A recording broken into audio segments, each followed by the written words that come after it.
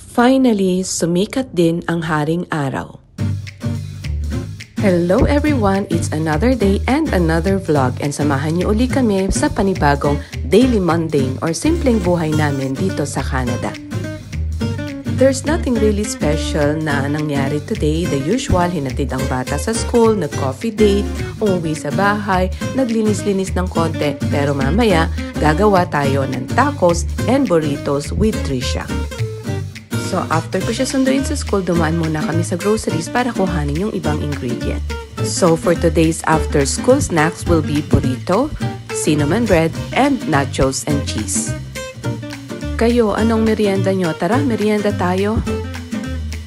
Natatandaan ko noon, nung mga bata kami, ang mini merienda namin sa hapon, either magpapabili si nanay ng pandesal at saka mainit na pansit. O kaya naman yung banana Q, tsaka kamote Q, saka sago. Ang sarap. Ay, at saka pala yung pan de carne. Gumawa kaya ako ng pan de carne one time.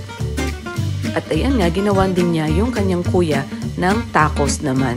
So, iba-ibang balot lang, same ingredient, pero iba-iba rin yung tawag. At yan nga pala yung ulam namin today, sisig. And ended the day with the Beast Game Show and filmed my content creator tip for the day. Yun lang muna for today. See you again tomorrow. God bless everyone!